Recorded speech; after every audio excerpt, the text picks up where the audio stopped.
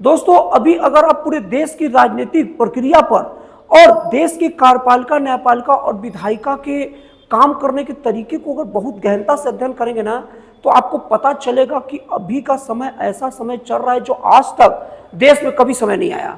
क्योंकि अभी के पहले जो भी संस्थाएं काम करती थी, उनके काम गलत तरीके से करने पर, काम न करने पर न्यायपालिका द्वारा उनको चेतावनी दी जाती थी और उन्हें काम करने के लिए एकदम टाइट, कड़े शब्दों में कहा जाता था।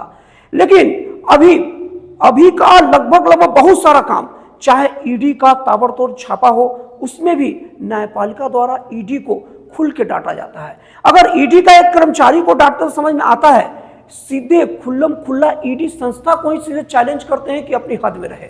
अब हद उनका क्या है ये डिसाइड नहीं करते।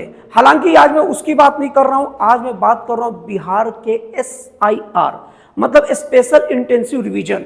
इसमें क्या हो रहा है कि बिहार में ऐसे मतदाता निर्वाचन आयोग के द्वारा, जो कि मतदाता वहां के है ही नहीं, वहां के निवासी नहीं, उसकी गहन जांच कर रही है कि एक्चुअल में वहां के निवासी है कि नहीं। क्योंकि भारतीय संविधान के अनुच्छेद 326 के अनुसार वोट देने का अधिकार उन्हीं को है जो भारत के नागरिक हो। और जो व्यक्ति भारत का नागरिक है ही नहीं, गैर कानूनी तरीके से भारत में फर्जी आधार कार्ड, फर्जी वोटर कार्ड, इवन एज फर्जी राशन कार्ड बना कर रह रहा है, वो यहाँ का नागरिक है नहीं, तो वोट क्यों देगा। और ऐसे लोग के नाम बहुत तेजी से निर्वाचन आयोग काट रही है। और यही नहीं, कई लोगों की मृत्यु हो चुकी है और कई लोग बहुत लंबे समय तक बिहार से बाहर रह रहे हैं।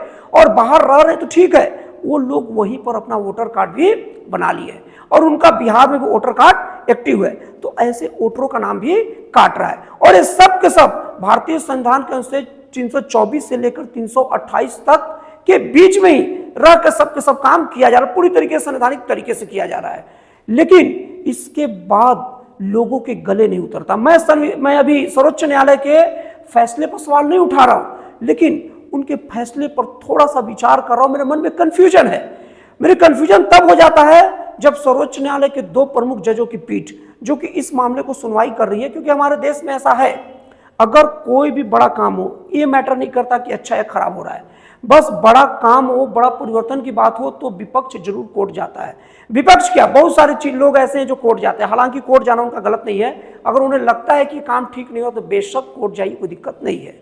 लेकिन कोर्ट की सुनवाई के दौरान सर्वोच्च न्यायालय की जजों की पीठ में बैठे 2 जज, जस्टिस सूर्यकांत और जस्टिस जोय माल्या बागची, और ये दोनों के दोनों सुप्रीम कोर्ट के जज कुछ ऐसी बातें कहते हैं ना, जो हर आम आदमी को सोचने पर मजबूर कर देता है।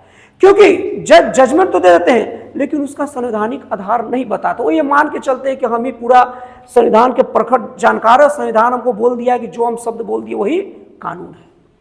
तो पहली बात सर्वोच्च न्यायालय के जजों के द्वारा यह कहा गया कि चेतावनी, मतलब एक बात नहीं बोला गया, सीधे चेतावनी दी गई, निर्वाचन आयोग को चेतावनी दी गई कि अगर कोई भी काम में गड़बड़ी दिखी, कोई भी अनियमितता दिखी, तो फिर अदालत हस्तक्षेप करेगी।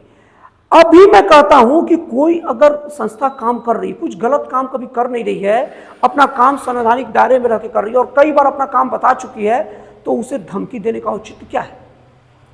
क्या कोई सर्वोच्च न्यायालय को धमकी देता है कि अगर एक भी फैसला गलत हुआ, अगर एक भी आपके फैसले में कुछ गलती हुआ तो हम देखेंगे?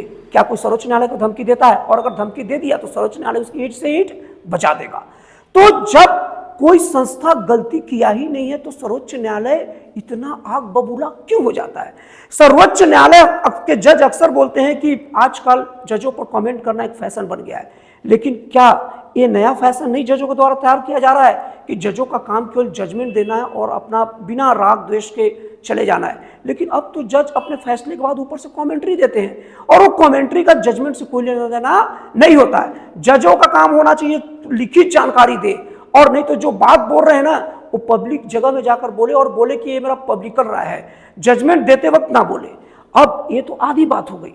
दूसरी बात एकदम से बहुत ज्यादा सोचने वाली बात बोल दी न्यायालय ने, जो हर आम आदमी के गले के नीचे नहीं उतर रहा, मेरे भी नीचे नहीं उतर रहा है। उन्होंने ये कहा कि अगर ना काटे गए नामों की संख्या बहुत ज्यादा हो गई, तब भी अदालत कार्रवाई करेगा।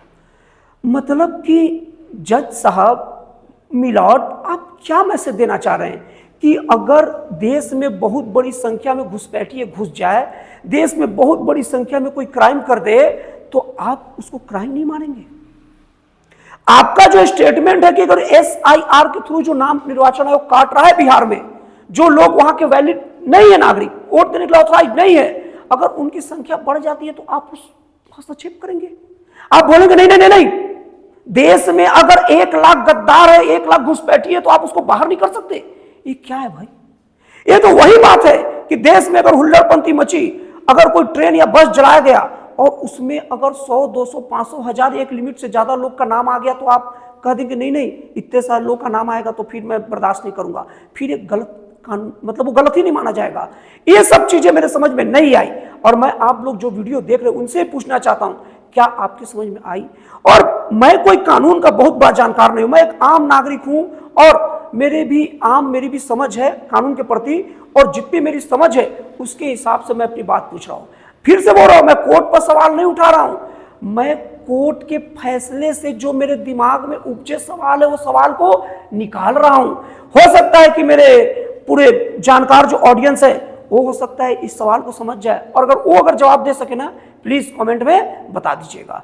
तो दोस्तों, आपको ये जजों का ये पूछने का तरीका कितना न्याय सम्मत लगता है, मुझे कमेंट करके जरूर बताइएगा।